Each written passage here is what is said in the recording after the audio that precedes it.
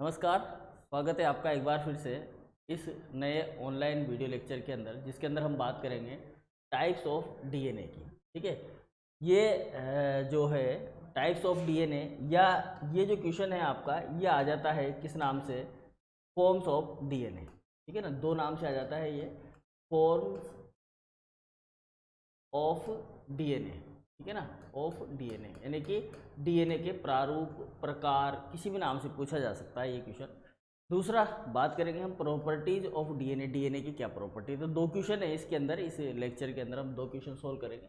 ये क्वेश्चन आपका 10 नंबर का रहता है और ये क्वेश्चन जो है 5 नंबर का ही पूछा जा सकता है। ठीक है, हालांकि ऐसा क्वेश्चन आया नहीं है, ये तो आ जाता है आपका टाइप्स ऑफ डीएनए, और इसमें से कुछ छोटे छोटे क्वेश्चन भी आते हैं जो हम सोल्व करेंगे। अभी देखेंगे क्या कि किस प्रकार के प्रश्न जो है यहाँ से बन जाते हैं अपने टाइप्स ऑफ डीएनए। ठीक है, यानी कि डीएनए के प्रकार, अगर हिंदी में बात करें इसके, तो डीएनए के प्रकार, इसको हम लिख सकते हैं यहाँ पर डीएनए के प्रकार।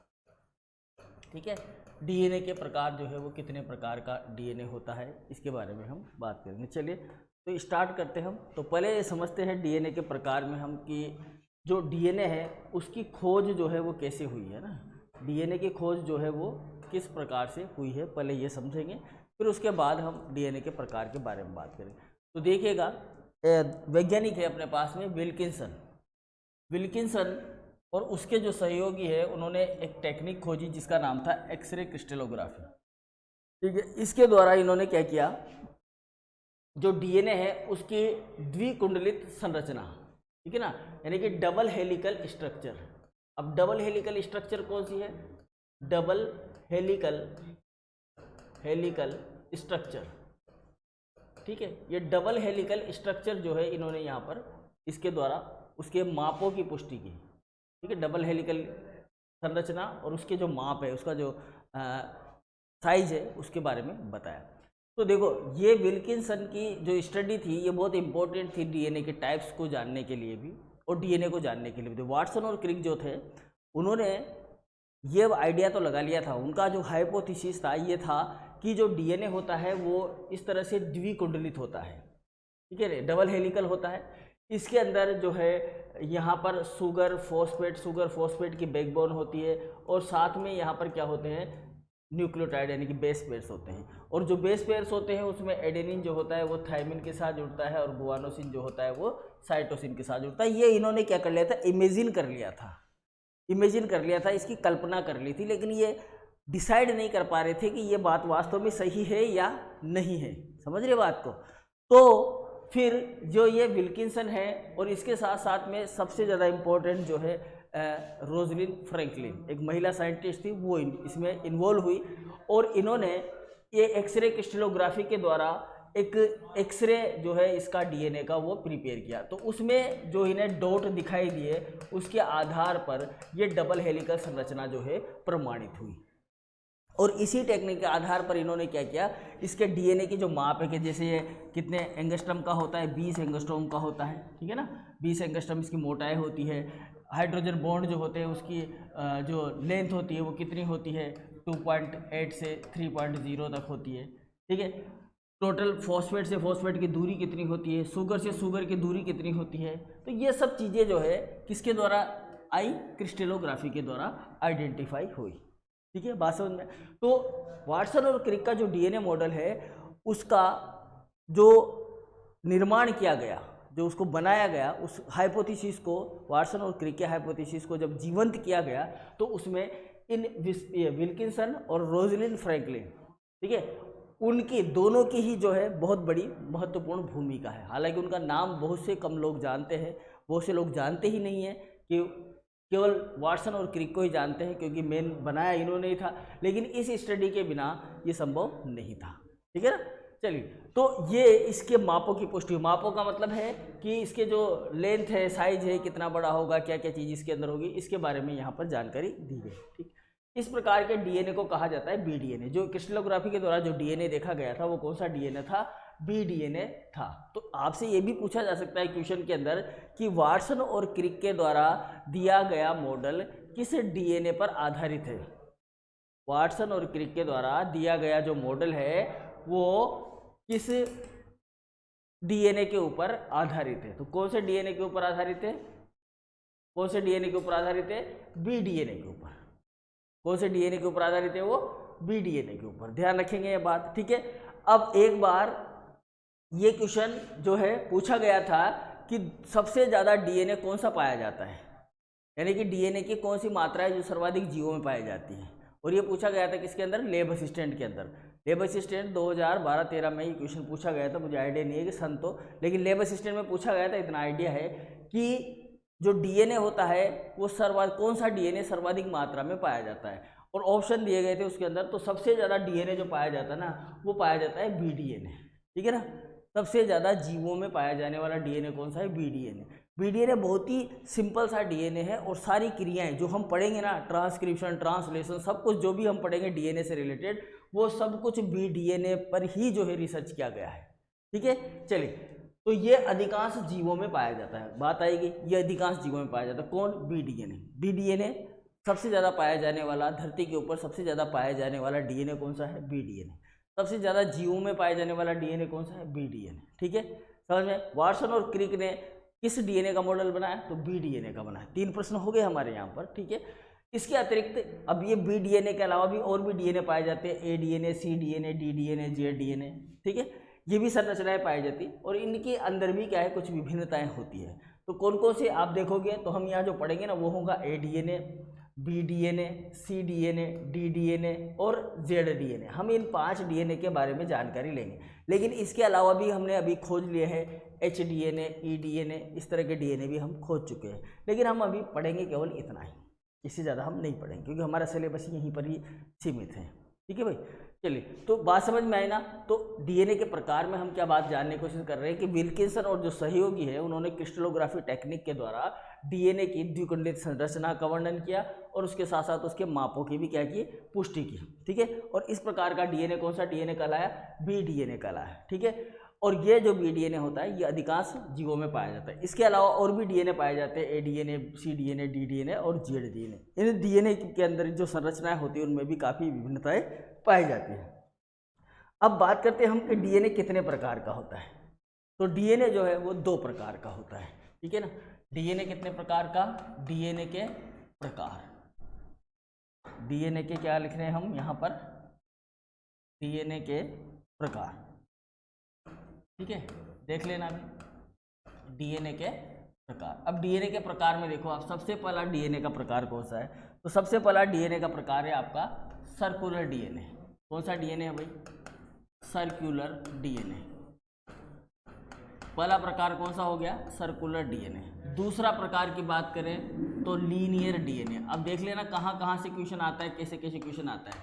लीनियर डीएनए, तो देखो पहला क्वेश्चन तो यहीं बन गया अपना, सर्कुलर डीएनए किन जीवों में पाया जाता है, और लीनियर डीएनए किन जीवों में पाया जाता है। तो देखना, ध्यान से समझना, ये जो सर्कुलर डीएनए होता है, ये सर्कुलर डीएनए पाया जाता है किसके अंदर? जीवाणु यानी कि बैक्टीरिया के अंदर पाया जाता है। इसके अंदर पाया जाता है, बैक्टीरिया के अंदर पाया जाता है। समझ में आ गया? बैक्टीरिया के अंदर पाया जाता है, कुछ वायरसेस के अंदर भी पाया जाता है बैक्टीरिया के अंदर, ठीक है। कुछ जो वायरस होते हैं उनके अंदर पाया जाता है, प्रोकैरियोटिक कोशिकाएं मान लेते हैं हम उनको। बैक्टीरियोफेज के अंदर पाया जाता है, जैसे कि बैक्टीरियोफेज में पाया जाता है ये, ठीक है, बैक्टीरियोफेज के अंदर पाया जाता है। दूसरा, ये जो डीएनए होता है माइटोकॉन्ड्रिया के अंदर पाया जाता है। किसके अंदर? माइटोकॉन्ड्रिया के अंदर पाया जाता है। इसके अलावा ये क्लोरोप्लास्ट के अंदर पाया जाता है। यानी कि सर्कुलर डीएनए पाए जाने वाले जो है वो कौन कौन है? बैक्टीरिया, बैक्टीरियोफेज, माइटोकॉन्ड्रिया, क्लोरोप्लास्ट, इनके अंदर जो है आपका डीएनए पाया जाता है, सर्कुलर डीएनए। यानी कि कह सकते हैं हम कि बैक्टीरिया है, बैक्टीरियोफेज है। बैक्टीरियोफेज की अगर बात करेंगे तो एकैरियोटिक हो गया। यहाँ हम ये भी लिख सकते हैं कि ये प्रोकैरियोट्स में ज़्यादा पाया जाता है। किसमें पाया जाता है? प्रोकैरियोट्स में, ठीक है। और लीनियर डीएनए की बात करेंगे तो ये ज़्यादातर पाया जाता है यूकैरियोट्स में। किसमें पाया जाता है? यूकैरियोट्स में पाया जाता है, और कुछ वायरस में पाया जाता है। कुछ वायरसेस जैसे होते हैं जिनके अंदर भी ये लीनियर डीएनए प्रेजेंट होता है। अब सर्कुलर डीएनए और लीनियर डीएनए में अंतर क्या होगा जी? देखो, सर्कुलर डीएनए तो ऐसा डीएनए होगा जो चारों तरफ से क्या होगा? पैक होगा, इस तरह का डीएनए, इस तरह का डीएनए होगा जिसमें कोई भी खुला हुआ भाग नहीं होगा, यानी कि इसमें 3 प्राइम 5 प्राइम वाला ऑप्शन नहीं होगा, ये एकदम से ऐसे पैक होगा सर्कुलर डीएनए। जबकि लीनियर डीएनए जो होगा ना, उस लीनियर डीएनए में ये जो स्ट्रक्चर होगी ये इस तरह की होगी, यहाँ 3 प्राइम होगा, यहाँ 5 प्राइम होगा, यहाँ 5 प्राइम होगा, यहाँ पर क्या होगा 3 प्राइम होगा। इस तरह का खुला हुआ डीएनए है लीनियर डीएनए, लंबा डीएनए, और ये सर्कुलर डीएनए। नीट में 2017 में क्वेश्चन आया था कि ह्यूमन में पाया जाने वाला डीएनए कौन सा होता है, तो मानव में पाया जाने वाला डीएनए भी कौन सा है, लीनियर डीएनए, ठीक है ना, क्योंकि यूकेरियोटिक कोशिकाओं में पाया जाता है और मानव एक यूकेरियोटिक जीव है, तो लीनियर डीएनए उसके अंदर भी पाया जाता है। क्वेश्चन कहीं से भी बन सकता है, कैसे भी बनाया जा सकता है। आपसे पूछ लिया जाए प्रोटोजोआ यानी कि अमीबा के अंदर कौन सा डीएनए पाया जाता है, अब लो भाई अमीबा के अंदर कौन सा डीएनए पाया जाता है, तो पढ़ा ही नहीं हमने यार कहीं, तो भाई कॉमन सेंस लगाना है। हमने कहा कि यूकेरियोट के अंदर कौन सा डीएनए पाया जाता है, लीनियर डीएनए, तो फिर अमीबा क्या है, यूकेरियोट, तो भाई लीनियर डीएनए पाया जाता है। बिल्कुल सिंपल बात है, ज़्यादा दिमाग लगाना ही नहीं है, अगर कंसेप्ट आपका क्लियर है तो ठीक है जी। चलिए, अब ये जो लीनियर डीएनए होता है ये भी 2 प्रकार का होता है जी। ये लीनियर डीएनए भी कितने प्रकार का हो जाएगा, 2 प्रकार का। कौन कौन सा प्रकार, एक हो जाएगा अपना right handed DNA, right handed DNA, ठीक है, और एक हो जाएगा आपका left handed DNA, left handed DNA, left handed DNA. एक तो राइट हैंडेड हो गया और एक हो गया लेफ्ट हैंडेड। अब राइट हैंडेड में कौन कौन से डीएनए आते हैं जो हमें पढ़ने हैं, राइट हैंडेड में आएंगे अपने पास में ए DNA, B DNA, C DNA, D DNA, ठीक है। और लेफ्ट हैंडेड में हमें कौन सा पढ़ना है, यहाँ आएगा आपका जेड डीएनए। कौन सा डीएनए आएगा, जेड डीएनए। बस ये टेबल आप जो है क्या कर लेंगे, नोट कर लेंगे, तो हमारा ये जो लेक्चर है पूरा आ गया इसके अंदर जो हम पढ़ने वाले हैं। समझ में आए बात। डीएनए के प्रकार 2, सर्कुलर डीएनए और लीनियर डीएनए। किसमें पाया जाता है, किसमें पाया जाता है बता दिया आपको। लीनियर डीएनए राइट हैंडेड और left handed. Right handed DNA ABCD, बिल्कुल सिंपल, और लेफ्ट डीएनए जेड, सबसे लास्ट वाला जेड। तो ये हो गया डीएनए के प्रकार का एक छोटा सा चार्ट। अब आ जाओ जी, बात कर लेते हैं हम। तो आकार के आधार पर डीएनए अणु कितने प्रकार का होता है, 2 प्रकार का होता है। एक कौन सा होता है आपका, सर्कुलर डीएनए, एक होता है आपका सर्कुलर डीएनए। पहला डीएनए कौन सा, सर्कुलर डीएनए, ठीक है। अब देखो सर्कुलर डीएनए को यहाँ देखिए आप, ये सर्कुलर डीएनए है, ये सर्कुलर डीएनए है ना, ये सर्कुलर डीएनए। तो ये जो सर्कुलर डीएनए है, अगर इसको हम खोलेंगे, ऐसे खोलेंगे तो ऐसा हो जाएगा गोलाकार, ठीक है। सर्कुलर डीएनए से गोलाकार। जब इसको हम लपेटेंगे, जैसे अपने पास रबड़ बैंड होता है ना, रबड़ बैंड को जब हम ऐसे लपेटते हैं तो उसमें इस तरह की स्ट्रक्चर बन जाती है। तो इसमें से ये जो प्रत्येक लूप होता है, इसको बोलते हैं लूप, 1 2 3 4 लूप। तो ऐसा डीएनए जो होता है वो कहलाता है सुपर कोइल्ड डीएनए। कौन सा डीएनए कहलाता है भैया, सुपर कोइल्ड डीएनए, यानी कि अति कुंडलित डीएनए। और ये डीएनए कहलाता है रिलैक्स्ड डीएनए। कौन सा डीएनए कहलाता है, रिलैक्स्ड डीएनए कहलाता है। समझ में आया। चलिए अब आगे बात करते हैं हम। तो इस प्रकार का जो डीएनए होता है वो आमतौर पर किस में पाया जाता है, बैक्टीरियोफेज, अभी मैंने बताया आपको, प्रोकैरियोट्स, माइटोकॉन्ड्रिया और क्लोरोप्लास्ट में होता है, ठीक है। यहाँ ये जो डीएनए होता है कैसा हो सकता है, सिंगल स्टैंडर्ड भी हो सकता है और डबल स्टैंडर्ड भी हो सकता है। तो ये जो डायग्राम है ना, ये तो डबल स्टैंडर्ड डीएनए का है। सिंगल स्टैंडर्ड डीएनए जो होगा वो इस प्रकार का होगा, केवल एक ही स्टैंड होगा इसके अंदर, इस प्रकार से सिंगल स्टैंडर्ड सर्कुलर डीएनए, ठीक है। या फिर इसको आप ऐसे भी बना सकते हैं, खुला हुआ नहीं रहना चाहिए, बस बंद होना चाहिए, ठीक है। इस प्रकार के डीएनए अणु में 3 प्राइम तथा 5 प्राइम सिरे नहीं होते हैं। इसमें कोई 3 प्राइम 5 प्राइम नजर आ रहा है, कहीं लिखा हुआ है, नहीं लिखा हुआ है ही नहीं, होता ही नहीं है, क्योंकि ये तो पैक होता है, जुड़ा होता है। ये कब बनाता है 3 प्राइम 5 प्राइम, जब इसमें कट लगता है। जब इसमें कट लगता है, जैसे यहाँ कट लग गया, यहाँ कट लग गया, तो यहाँ पर 3 प्राइम 5 प्राइम बन जाएगा। यहाँ कट लग गया तो यहाँ 3 प्राइम 5 प्राइम बन जाएगा, ठीक है। क्योंकि फॉस्फोडाइस्टर बॉन्ड जैसे टूटेगा ये अलग हो जाएगा और 3 प्राइम 5 प्राइम बन जाएगा। ये जो स्ट्रैंड है इसका ये खुल जाएगा और ये लीनियर डीएनए में कन्वर्ट हो जाएगा। लेकिन कब, जब ये टूटेगा। जब तक नहीं टूटेगा तब तक ये हमेशा क्या रहेगा, सर्कुलर रहेगा। ये बात भी दिमाग में रखनी है। अतः ये डीएनए कैसे होते हैं, गोलाकार डीएनए होते हैं। डीएनए कैसे होते हैं, गोलाकार। अब ये जो गोलाकार डीएनए अणु होता है इसमें हिस्टोन प्रोटीन से जुड़ा हुआ नहीं होता है। देखो, क्या बैक्टीरिया में हिस्टोन प्रोटीन पाई जाती है, नहीं पाई जाती। हिस्टोन प्रोटीन का मिलना किसका गुण है, यूकैरियोट का। न तो हिस्टोन प्रोटीन प्रोकैरियोट्स में पाई जाती है, न ही माइटोकॉन्ड्रिया में पाई जाती है, न ही क्लोरोप्लास्ट में, न ही बैक्टीरियोफेज में, ठीक है ना। ये किस में पाई जाती है, ये पाई जाती है केवल यूकैरियोट्स के अंदर। तो यूकैरियोटिक कोशिकाओं में ये हिस्टोन प्रोटीन यहाँ पर प्रेजेंट होती है, लेकिन प्रोकैरियोट्स में नहीं होती, यानी कि इन चीज़ों में नहीं होती। इसलिए यहाँ पर हिस्टोन प्रोटीन क्या होती है, एब्सेंट होती है, ध्यान रखना, ठीक है। लेकिन रेखिक डीएनए अणु की तरह ये कॉम्पैक्ट रूप में होता है। कॉम्पैक्ट होता है, देखो ये कॉम्पैक्ट ही है ना, इस तरह की स्ट्रक्चर जो है बिल्कुल कॉम्पैक्ट। कॉम्पैक्ट का मतलब होता है बिल्कुल ठूस ठास के भरा हुआ, है ना। जैसे क्या होता है कि जब आटा होता है ना, पीपे के अंदर जब हम आटा डालते हैं तो ज़्यादा हमें आवश्यकता होती है उसको घास डालने की, तो उसको दबा देते हैं, इसका मतलब हो गया कॉम्पैक्ट, ठीक है। चलिए, कुछ प्रोकैरियोट्स में डबल स्ट्रैंडेड सर्कुलर डीएनए अणु बड़े लूप ध्यान रखें इस तरह से बनाते हैं कि प्रत्येक लूप एक सर्कल के हिस्से का प्रतिनिधित्व करता है। जैसे ये बड़ा डीएनए है, अब ये बड़ा डीएनए ऐसे घुमा दें तो ये प्रत्येक एक लूप बन जाता है।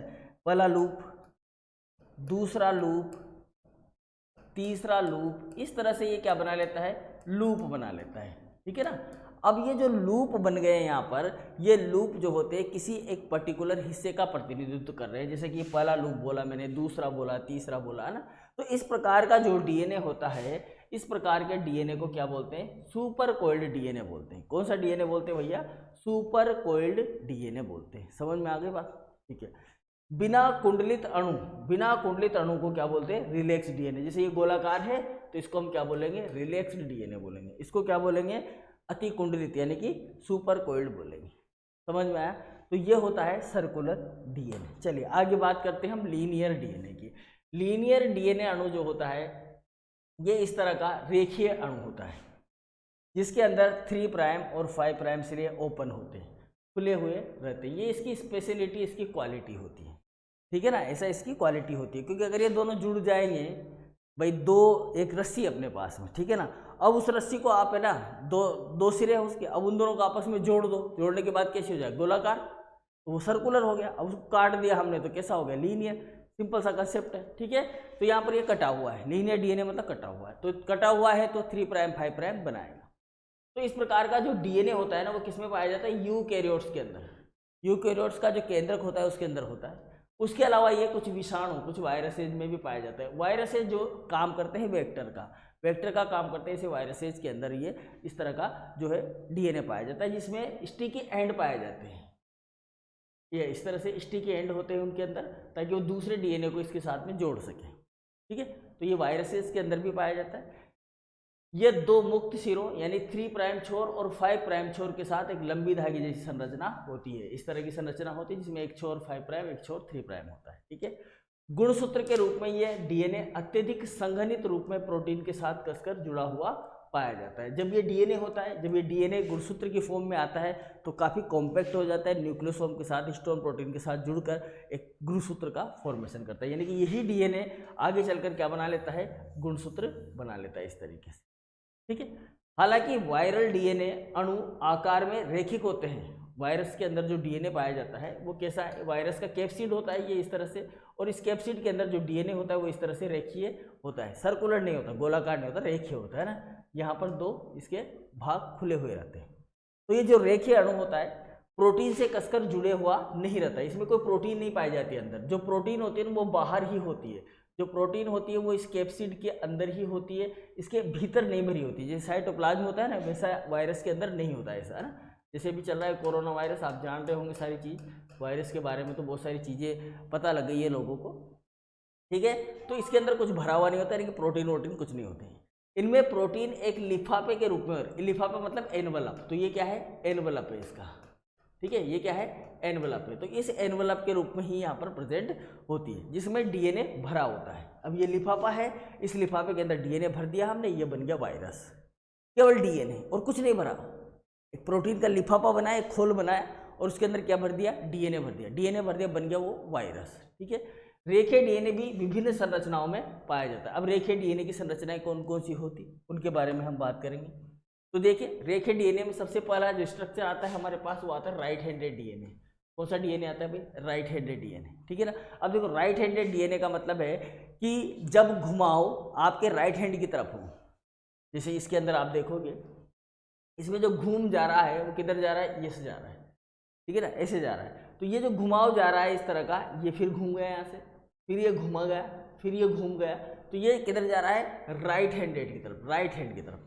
ठीक है ना, किधर जा रहा है, मैं इधर खड़ा हूँ और मैं इसे देख रहा हूँ तो ये मेरे राइट हैंड की तरफ, क्योंकि मेरा लिखने वाला हाथ ये है, मेरा लेफ्ट ये है, तो जब मैं इस साइड में देख रहा हूँ तो मुझे इसको इस तरह से बनाना पड़ेगा, इस तरह से, और लेफ्ट वाला मुझे किस तरह बनाना पड़ेगा, इस तरह से। समझ में आए बात? लेफ्ट वाले को बनाऊंगा तो मैं कैसे बनाऊंगा, ऐसे लेफ्ट की तरफ में घुमाते हुए ले जाऊंगा ऐसे, ठीक है, देखो ऐसे। और राइट वाला बनाऊंगा तो किधर घुमाऊंगा मैं उसको, राइट की तरफ में घुमाऊंगा ऐसे। समझ में आया? घुमाओ किधर दूंगा, राइट की तरफ ऐसे ऐसे, और लेफ्ट में घुमाऊंगा तो लेफ्ट की तरफ, क्योंकि मैं इधर देख रहा हूँ, ये मेरी स्क्रीन जो है, मेरा बुक है, बुक में इस तरह से आपको बना देना। तो कहने का मतलब है कि जो राइट हैंडेड डीएनए होते हैं उनमें जो हेलिक्स जो होता है उसका जो कुंडलन होता है, जैसे आप देख पा रहे हैं यहाँ पर, ये जो कुंडलन हो रहा है ये दाएं ओर होता है, दाएं मतलब राइट, ठीक है, राइट साइड की ओर होता है, ठीक है। कुंडलन में प्रति राउंड क्षार युग्मों की संख्या n तथा कुंडलित अक्ष जो उसका एक्सिस होता है के क्षार युग्मों के मध्य स्थित दूरी में भिन्नता होती है। देखो इसको समझते हैं, इस लाइन को हम क्या कह रहा है कि जो क्षार युग्म पाए जाते हैं डीएनए के अंदर, देखो जैसे कि हमने ये डीएनए बनाया, यहाँ पर ये प्रिपेयर किया डीएनए, ये बन गया हमारा डीएनए। अब ये देखो इसके अंदर हमने कल पढ़ा था कि जो एक हेलिक्स होता है उसमें दो क्षार युग्म जो होते हैं उनके बीच की दूरी कितनी होती है, 3.4 एंगस्ट्रोम होती है। हमने कहा ये बात, ठीक है। और हमने ये भी कहा कि एक हेलिक्स के अंदर 10 बेस पेयर होते हैं। कितने युग्म होते हैं, 10 होते हैं। तो इसकी टोटल जो लेंथ होती है वो कितनी होती है, 34 एंगस्ट्रोम होती है। यही बात कही थी हमने कल, ठीक है ना। अब इसी बात को हम क्या है दोबारा यहाँ पर इस तरीके से बोलते हैं। कैसे बोलते हैं कि अगर इस 3.4 की जगह इनके बीच की दूरी मान लीजिए 3.6 कर दें हम, या इसकी दूरी जो है 3.8 कर दें, या इसकी दूरी जो है वो 4 कर दें, तो जब हम 4 कर देंगे भाई तो इसके अंदर जो बेस है इनकी संख्या भी घट जाएगी। जो बेस पेयर इनकी संख्या घट भी सकती है और बढ़ भी सकती है, एक हेलिक्स के अकॉर्डिंग डिपेंड करेगा, है ना। दूसरी चीज़ ये जो लेंथ है ये भी घटेगी बढ़ेगी, तो इसमें भिन्नता पाई जाएगी। इसके ऊपर डिपेंड करेगी ये दो चीज़ों के ऊपर, एक तो नंबर ऑफ युग्म, नंबर ऑफ जो बेस पेयर है उनकी संख्या, और उनके मध्य जो दूरी है उसके आधार पर, ठीक है। इसके आधार पर ये जो डीएनए होंगे ये अलग अलग प्रकार के होंगे। इसके आधार पर ये डीएनए निम्न प्रकार के होते हैं। कैसे होंगे चलिए देखते हैं इसको। ये है हमारे पास में डायग्राम, ये है ए डीएनए और ये है बी डीएनए, ये है सी डीएनए और ये है डी डीएनए। अब ए डीएनए को अगर हम देखें यहाँ पर तो ए डीएनए हमें इस तरह का दिखाई देता है। देखिएगा ए डीएनए में किस तरह की पोजीशन है, ये इस तरह से घुमा हुआ है। तो अगर आप यहाँ देखोगे इसकी संरचना को, यहाँ से ध्यान देना है इसकी संरचना पे, किस तरह का सर्कल बनाया मैंने। और यहाँ आप देखोगे तो यहाँ आयताकार तरह का, यहाँ देखोगे तो यहाँ थोड़ा सा अंडाकार तरीके का है, यहाँ देखोगे तो आप ये षटकोणीय तरह की स्ट्रक्चर बन रही है। ये किसके ऊपर डिपेंड करे, इनके अंदर पाए जाने वाले बेस पेयर के ऊपर, ठीक है ना। जैसे इसके अंदर 10 पाए जाते हैं, ठीक है, इसके अंदर 9 पाए जाते हैं, इसके अंदर 10 पाए जाते हैं, इसके अंदर 11 पाए जाते हैं, इसके अंदर 12 पाए जाते हैं। तो फिर उसी हिसाब से अपनी स्ट्रक्चर को क्या कर लेते हैं, चेंज कर लेते हैं, ठीक है। तो ये स्ट्रक्चर होती है ए DNA, B DNA, C DNA और डी डीएनए। चलिए अब क्या क्या होता है, क्या क्या अंतर है, इसके बारे में हम यहाँ पर चर्चा कर रहे हैं। तो देखिए डीएनए का जो व्यास होता है, डीएनए का व्यास हमने बात की थी। डीएनए का व्यास कैसे नापते हैं हम, डीएनए का व्यास हम नापते हैं इस तरीके से। कल हमने नापा था फॉस्फेट से लेकर फॉस्फेट की दूरी कितनी थी, 20 एंगस्ट्रोम। तो डीएनए का व्यास हमने क्या बोला, 20 एंगस्ट्रोम होता है, क्योंकि फॉस्फेट बाहर होता है डीएनए में, शुगर जो होता है उसके अंदर होता है और फिर बेस होता है ना। तो फॉस्फेट से फॉस्फेट की दूरी कितनी है, 20 एंगस्ट्रोम है। कितनी है, 20 एंगस्ट्रोम। तो हमने क्या कहा था कि डीएनए का व्यास कितना है, 20 एंगस्ट्रोम, मतलब इसका जो डायमीटर है वो कितना है, 20 एंगस्ट्रोम है, ठीक है। तो डीएनए का व्यास अलग अलग डीएनए में आप देखोगे तो अलग अलग मिलेगा। जैसे ए डीएनए की बात करें तो यहाँ पर इसका व्यास है 2.3 nm, तो इसको हम लिख सकते हैं 23 nm, 23 एंगस्ट्रोम। कल हमने एंगस्ट्रोम में बात की थी, तो यहाँ एनएम में कर लो बात या एंगस्ट्रोम में कर लो, जो भी यूनिट आपको याद रहे कोई बात नहीं। अगर एनएम में लिखा हुआ तो उसको मल्टीप्लाई कर दे 10 से, वो एंगस्ट्रोम में बदल जाएगा। इसमें बदल जाएगा, एंगस्ट्रोम में बदल जाएगा, ठीक है।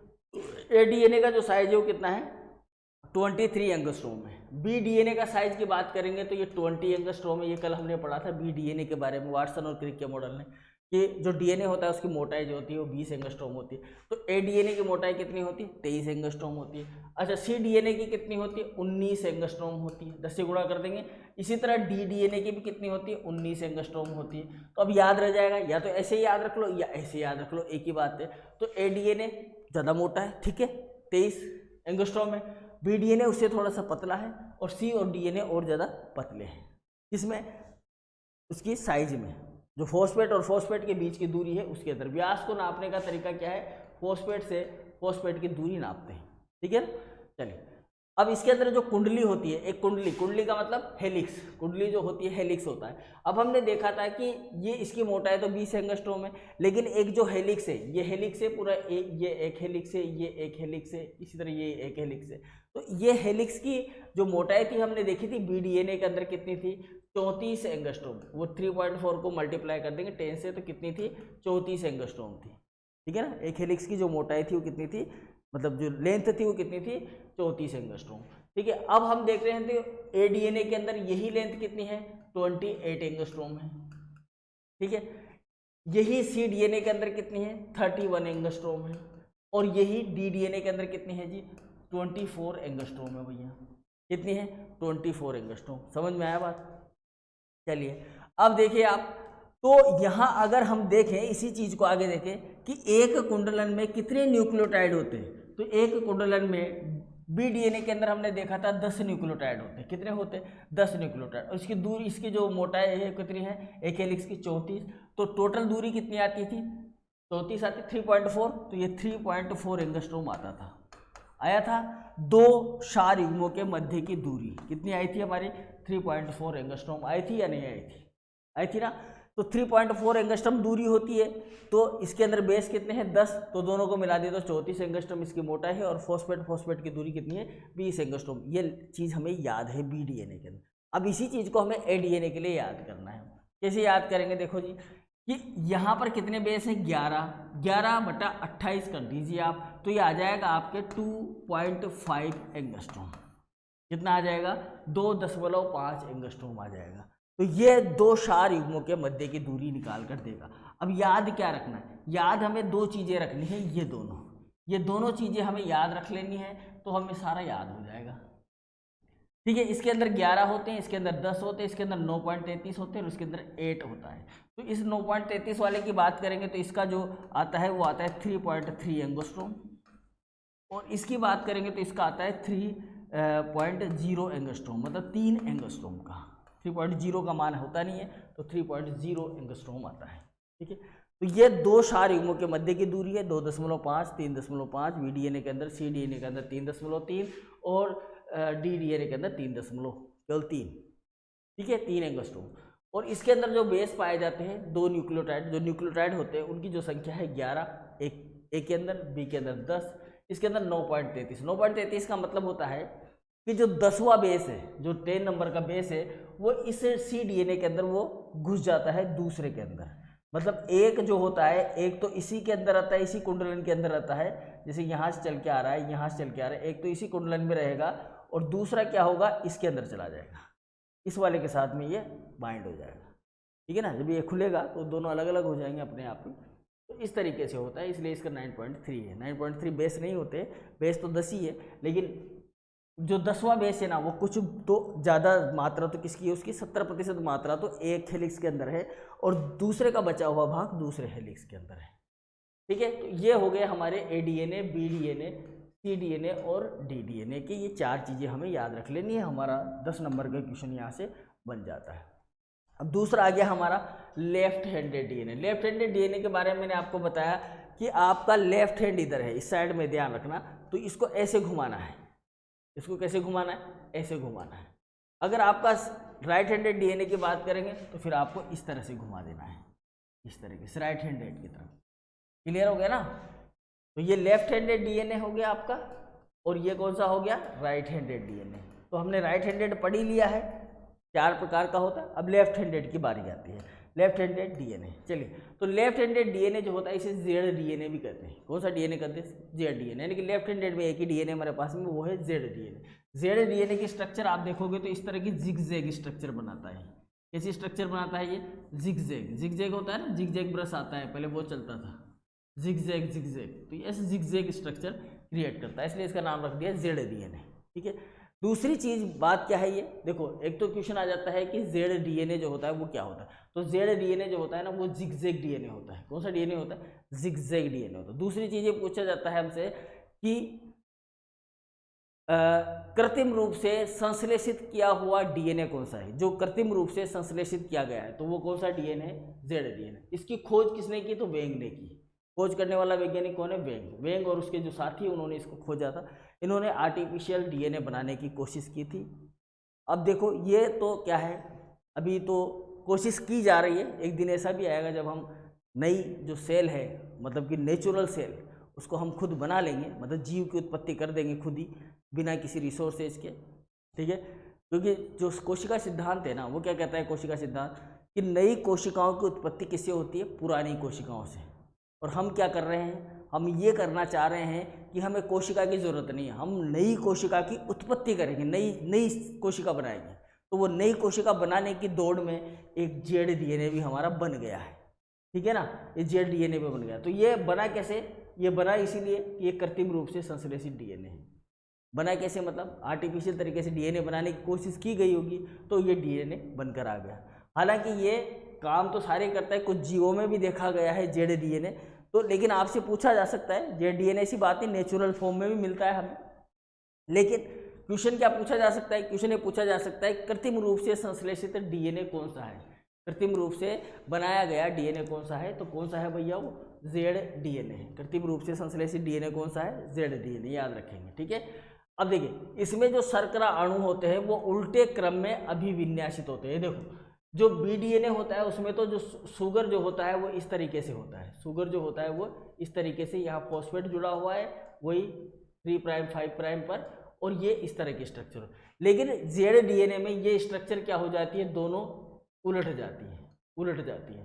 सीधी की बजाय ये सीधी संरचना है, ये सीधी संरचना है, ये उल्टी संरचना है। इसमें दोनों संरचनाएं कैसी है? सीधी। तो ये जेड डीएनए बन जाता है। तो इसमें शर्करा अणु जो होता है वो क्या होता है? उल्टे क्रम में अभिविन्यासित होता है, समझ में आया? जिससे डाई न्यूक्लियोटाइड का निर्माण होता है। इससे तो बनता है मोनोन्यूक्लियोटाइड, इससे तो क्या बनता है? मोनोन्यूक्लियोटाइड। और इससे क्या बनता है? Dinucleotide. तो डाई न्यूक्लियोटाइड डीएनए कौन सा होता है? ये भी पूछा जा सकता है कि डाई न्यूक्लियोटाइड वाला डीएनए कौन सा होता है? तो डाई न्यूक्लियोटाइड वाला डीएनए कौन सा होता है? जेड डीएनए होता है ना, जेड डीएनए होता है, डाई न्यूक्लियोटाइड वाला डीएनए। इसमें न्यूक्लियोटाइड के 12 युग्म होते हैं। कितने होते हैं? 12। एक जो ये होता है ना, ये जो एक हेलिक्स होता है, इसमें कितने न्यूक्लियोटाइड होते हैं? 12 न्यूक्लियोटाइड होते हैं। बी डीएनए में कितने होते हैं? 10 होते हैं, तो इसमें 12 होते हैं, ठीक है। एक कुंडलन की लंबाई 4.66 nm होती है, यानी कि ये कह सकते हैं हम यहाँ पर कि जो एक कुंडलन होता है उसकी जो लेंथ होती है, यहाँ पर ये जो लेंथ होती है, ये जो पूरी एक हेलिक्स की जो लंबाई होती है वो कितनी होती है जी? 46.6 एंगस्ट्रोम होती है। एंगस्ट्रोम में लिखेंगे ना, 10 से गुणा कर देंगे इसको, तो ये 46 उधर चला जाएगा एक जीरो की वजह से, तो ये 46.6 एंगस्ट्रोम होती है। तो काफ़ी बड़ा डीएनए होता है ना। बी डीएनए तो 34 ही है, इसकी मोटाई कितनी? हेलिक्स की 46, क्योंकि 12 पाए जाते हैं इसके अंदर। और इसका जो व्यास होता है वो कितना होता है? 18 एंगस्ट्रोम का होता है। व्यास कितना होता है? इसकी मोटाई कितनी होती है? 18 है ना, 18 एंगस्ट्रोम होती है, यानी कि 1.8 nm होता है। इसका व्यास जो होता है वो कितना होता है? 1.8 nm होता है।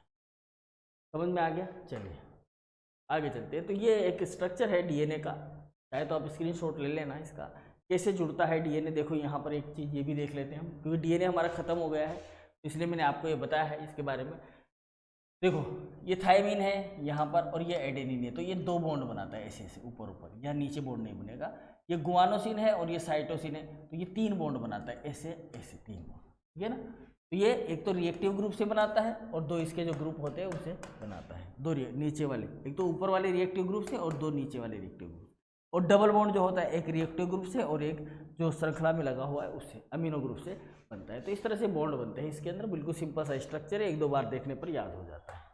चलिए अब आ जाते हैं प्रॉपर्टीज ऑफ डीएनए। डीएनए के गुण क्या क्या हैं। तो देखो डीएनए के गुण की अगर हम बात करें तो सबसे पहली बात हमारे पास ये आती है कि डीएनए में क्या गुण होते हैं। तो डीएनए में जो गुण होते हैं वो होता है सबसे पहला गुण कि ये केंद्रक में गुणसूत्रों का निर्माण करता है, यानी कि गुणसूत्रों में पाया जाता है। डीएनए किस में पाया जाता है? गुणसूत्रों में।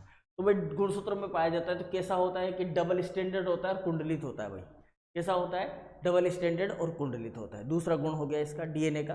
डीएनए कहाँ पाया जाता है? देखो डीएनए है और डीएनए जो है बाद में चलकर क्या बनाता है, आपका क्रोमोसोम बना लेता है। इस तरह से ये क्रोमोसोम बनाता है, ठीक है। ये डीएनए जो है ये घुसता जाता है न्यूक्लियोसोम के अंदर और ये क्या बना लेता है, डीएनए, ये गुणसूत्र बनाता है, ठीक है। डीएनए की बात करेंगे तो कैसा है जी, डबल स्टैंडर्ड है। डीएनए कैसा है, डबल स्टैंडर्ड है। और कैसा है, हेलिकल यानी कि कुंडलित। इस संरचना को बोला जाता है कुंडलित संरचना, ठीक है। इसमें दोनों सूत्र कैसे होते हैं, विपरीत दिशा में सर्पिल। विपरीत दिशा में ऐसे कि ये 3 प्राइम है और ये 5 प्राइम है, ये विपरीत दिशा में। ये इधर इस साइड में जाता है तो ये इस साइड में आता है। देखो इस डायग्राम में, देखो आप इस डायग्राम में देखो शुगर कैसे, शुगर किधर जा रही है, ऊपर जा रही है। शुगर का ऑक्सीजन देखो आप ऊपर है, और इधर देखोगे तो शुगर का ऑक्सीजन किधर है, नीचे की तरफ में है। तो दोनों एक दूसरे के कैसे हो रखे हैं, विपरीत हो रखे हैं ना। तो ये बात है। तो देखो, तो एक ऊपर एक नीचे की तरफ में, दोनों विपरीत दिशा में कैसे होते हैं, सर्पिल कुंडल बनाते हैं। तीसरी बात यहाँ पर बात करें हम तो डीएनए में जो होती है डीऑक्सीराइबोस शर्करा होती है। कौन सी शर्करा होती है, डीऑक्सीराइबोस शर्करा। कहने का मतलब है कि जो आपका जो राइबोस शुगर होती है, उस राइबोस शुगर का जो दूसरे नंबर का कार्बन होता है, एक कार्बन नंबर ये होता है, ये दूसरा होता है, ये तीसरा होता है, ये चौथा होता है, और यहाँ पर एक 5वां होता है, ठीक है ना। आगे का मैं नहीं लिख रहा हूँ। अब यहाँ पर ये जो दूसरे नंबर का कार्बन होता है, यहाँ पर राइबोस शर्करा में तो क्या होता है, OH होता है। राइबोज में तो क्या होता है, OH होता है। लेकिन जो आपका डीएनए होता है, उस डीएनए में जो डीऑक्सीराइबोस शर्करा होती है, उसमें ये O नहीं होता है, O हट जाता है, केवल हाइड्रोजन बच जाता है यहाँ पर। तो ये इस वजह से ये कैसी संरचना होती है, डीऑक्सीराइबोज संरचना होती है, डीऑक्सीराइबोज शर्करा होती है, सॉरी, डीऑक्सीराइबोज शुगर पाई जाती है, ठीक है। डीएनए में 4 नाइट्रोजन बेस पाए जाते हैं। कितने पाए जाते हैं, 4 कौन से हैं, एडेनिन, गुआनिन, थायमिन और साइटोसिन, यही होता है। अब जो एडेनिन होता है, एडेनिन और गुआनिन ये तो क्या होते हैं, प्यूरिन होते हैं। और थायमिन और साइटोसिन क्या होते हैं, पायरिमिडीन होते हैं। क्या होते हैं जी, पायरिमिडीन। समझ में आया। एडेनिन इस तरह से जुड़ता है थायमिन के साथ में डबल बॉन्ड से, और गुआनोसिन ट्रिपल बॉन्ड से साइटोसिन के साथ में जुड़ता है। तो हमने कहा कि डीएनए में कितने नाइट्रोजन बेस पाए जाते हैं भाई, 4। कौन कौन से, एक एडेनिन पाया जाता है, एक गुआनिन पाया जाता है जो कहलाते हैं प्यूरिन, तथा साइटोसिन और थायमिन ये कहलाते हैं आपके पायरिमिडीन, ठीक है। अब डीएनए में जो क्षारों का अनुपात होता है वो 1 होता है। कैसे होता है, देखो A/T बराबर कितना भी हो सकता है ना, 1 होगा। A/T बराबर 1 होगा, और G/C बराबर भी क्या होगा, 1 होगा, हमेशा 1 होगा। कैसे होगा, देखो जितने, मान लीजिए किसी डीएनए के अंदर 10 एडिनोसिन है तो 10 ही क्या होंगे, थायमिन होंगे। भाई एडेनिन थायमिन के साथ में ही तो बंध बनाएगा ना, ठीक है। तो 10 का भाग 10 में देंगे तो 1। मान लो गुआनोसिन है 20, तो साइटोसिन भी कितने होंगे, 20, और 20 में 20 का भाग देंगे तो 1। तो ये जो क्षारों का अनुपात है ना, इस तरह का क्षारों का अनुपात वो क्या आता है, यहाँ पर 1 ही आता है, ठीक है। चलिए, तो ये होगी कुछ प्रॉपर्टी। और प्रॉपर्टी देखते हैं हम। डीएनए जो होता है वो आनुवांशिक पदार्थ होता है, सब जानते हैं। तो ये क्या करता है, जैविक और कोशिकीय क्रियाओं की सूचना का जो होती है इसके अंदर इंक्लूडेड होती है, तो उनको नियंत्रण करता है। हमारी जो जितनी भी संरचनाएं होती है, क्रियाएं होती है, उनको नियंत्रित करने का काम करता है, ठीक है। अब जो एक जीव होता है उसके अगुणित डीएनए, जो अगुणित डीएनए होता है उसको कहा जाता है सी वैल्यू। क्या कहा जाता है, सी वैल्यू। देखो ये कोई कोशिका है और इस कोशिका के अंदर 2n मान लेते हैं हम, 2n नंबर है 46, जैसे मनुष्य का 46 है, मनुष्य की बात करते हैं हम। मनुष्य में 2n नंबर कितना होता है, 46, और n नंबर कितना होगा इसका n नंबर होगा 23, ये होगा। तो ये जो 23 नंबर है ना, तो ह्यूमन का ये क्या है, सी वैल्यू है। इसको क्या बोलते हैं हम, सी वैल्यू, ठीक है। क्या बोलते हैं इसको, सी वैल्यू। बात समझ में आए। तो सी वैल्यू, मानव का सी वैल्यू कितना होगा, 46 होगा। यह आपको बताना, मतलब ध्यान रखना है कि सी वैल्यू हम किसको बोलते हैं, मतलब हैप्लॉइड डीएनए जो होता है वो सी वैल्यू कहलाता है।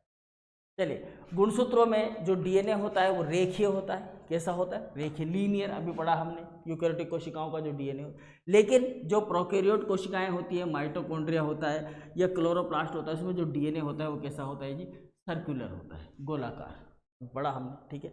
अच्छा, डीएनए का अणुभार कितना होता है, तो अणुभार होता है 10⁶ से लेकर 10⁹ डाल्टन का, ये अणुभार है इसका मोलिकुलर वेट, ठीक है। डीएनए का मोलिकुलर, डीएनए का जो मेल्टिंग पॉइंट होता है वो जीसी की मात्रा पर निर्भर करता है। कैसे करता है, जैसे आपको दे दिया गया एक ई कोलाई की सेल है, ई कोलाई यानी कि बैक्टीरिया की सेल है, प्रोकैरियोटिक सेल है, और एक ह्यूमन की सेल है, ये 2 सेल आपको दे दी है और आपको बोल दिया कि दोनों सेल को आप जो है ना 100 डिग्री सेंटीग्रेड पर क्या करिए, गर्म करिए। अब गर्म करने के बाद में आप ये बताएं कि किसका डीएनए सबसे पहले मेल्ट होता है। डीएनए मेल्ट होने का मतलब क्या होता है? डीएनए के मेल्ट होने का मतलब है कि जैसे हमारे पास में ये डीएनए है और इस डीएनए में यहाँ पर क्या है, आपके हाइड्रोजन बॉन्ड लगे हुए हैं इस तरह से, है ना, हाइड्रोजन बॉन्ड है। तो जब डीएनए की जब मेल्टिंग होती है ना भैया, डीएनए की क्या होती है जी, मेल्टिंग होती है ना, तो डीएनए की मेल्टिंग जो होती है वो इस तरीके से होती है कि ये जो हाइड्रोजन बॉन्ड होते हैं टूटते हुए चले जाते हैं, इससे हाइड्रोजन बॉन्ड टूट जाते हैं, मेल्ट हो जाता है, सिंगल स्ट्रैंडेड डीएनए में बदल जाता है। ये जो डीएनए होता है किस में बदल जाता है, सिंगल स्ट्रैंडेड डीएनए के अंदर बदल जाता है, एस डीएनए। ठीक है, तो हाइड्रोजन बॉन्ड टूटना ही मेल्टिंग कहलाता है। तो सबसे पहले किसका टूटेगा, तो सबसे पहले टूटेगा ह्यूमन का। ह्यूमन का क्यों टूटेगा, क्योंकि इसके अंदर एटी जो होता है वो जीसी से ज़्यादा होता है। जीसी की मात्रा कम होती है ह्यूमन में और एटी की मात्रा क्या होती है, ज़्यादा होती है। ई कोलाई के अंदर जीसी की मात्रा ज़्यादा होती है और एटी की मात्रा क्या होती है, कम होती है। तो ई कोलाई का डीएनए जो होता है वो जीसी डीएनए कहलाता है, पिछले वाली क्लास में पढ़ा था हमने। और ह्यूमन का जो डीएनए होता है वो एटी डीएनए कहलाता है। समझ में आया बात? तो यहाँ पर ये जो मेल्टिंग पॉइंट है किसके ऊपर डिपेंड करता है, जीसी के ऊपर। क्यों करता है भाई, देखो जी और सी के बीच में कौन सा बॉन्ड बनता है, ट्रिपल बॉन्ड बनता है। और ए और टी के बीच में कौन सा बनता है, डबल बॉन्ड, है ना। कौन सा बनेगा, डबल बॉन्ड। तो भाई डबल बॉन्ड को तोड़ने में ज़्यादा एनर्जी लगेगी ट्रिपल बॉन्ड को तोड़ने में, डबल को तोड़ने में ज़्यादा लगेगी ट्रिपल में ज़्यादा लगेगी एनर्जी। तो ज़्यादा लगेगी तो मेल्टिंग पॉइंट किसका ज़्यादा होगा, इसका। ये ज़्यादा टेम्परेचर यूज़ करेगा और ये लो टेम्परेचर पर ही क्या हो जाएगा, मेल्ट हो जाएगा। समझ में आया? तो इसलिए जीसी के ऊपर डिपेंड करता है क्या, मेल्टिंग पॉइंट किसका, डीएनए का। ज़्यादा जीसी होगा तो मेल्टिंग पॉइंट क्या होगा, बढ़ जाएगा। ठीक है, तो ये था हमारा आज का वीडियो लेक्चर जिसके अंदर हमने बात की डीएनए की प्रॉपर्टी की और डीएनए के प्रकार की। नेक्स्ट क्लास के अंदर हम बात करेंगे भाई अब आरएनए की, इसके बारे में बात करेंगे आरएनए की। हमारा डीएनए पूरा हो गया, डीएनए के स्ट्रक्चर वगैरह या डीएनए से रिलेटेड जो भी सामग्री थी नॉर्मल वो हमने पूरी कर ली है। ठीक है, अब बात करेंगे हम आरएनए की और हम पढ़ेंगे 3 तरह के आरएनए। कौन कौन से आरएनए, टीआरएनए, एमआरएनए और आरआरएनए। ठीक है, उसके बाद में हम बात करेंगे क्रोमेटिन की, क्रोमेटिन कितने प्रकार का होता है, क्रोमेटिन क्या होता है। फिर उसके बाद उसी के अंदर हम इंक्लूड करेंगे न्यूक्लियोसोम को। तो इस तरह से हमारी यूनिट जो है वो कंप्लीट होगी। ठीक है भाई, तब तक के लिए good bye, thank you very much.